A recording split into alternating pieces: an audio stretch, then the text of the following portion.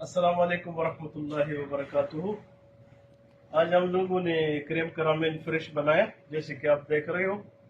तो ये अंडा, दूध और शुगर है, और इसको बॉईल करके फिर फ्रिज में रखना है। तो ये क्रीम करामेल फ्रेश है, क्रीम करामेल फ्रेश।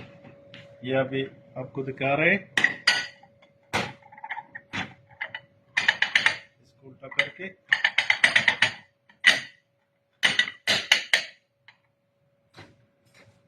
ये आप देख सकते हो, माशाअल्लाह तबारक अर्रहमान, बहुत ज़बरदस्त है। ये अभी आपको टेस्ट करके दिखाएंगे कैसे। माशाअल्लाह, टेस्ट ज़बरदस्त है। ये 10 पीस अंडे, 1 लीटर दूध फ्रेश, 200 ग्राम शुगर। तो फिर फुर्न में इसको रखना है स्टीम पे 1 घंटे के लिए। तो ये ज़बरदस्त क्रीम करामेल पुडिंग तैयार है।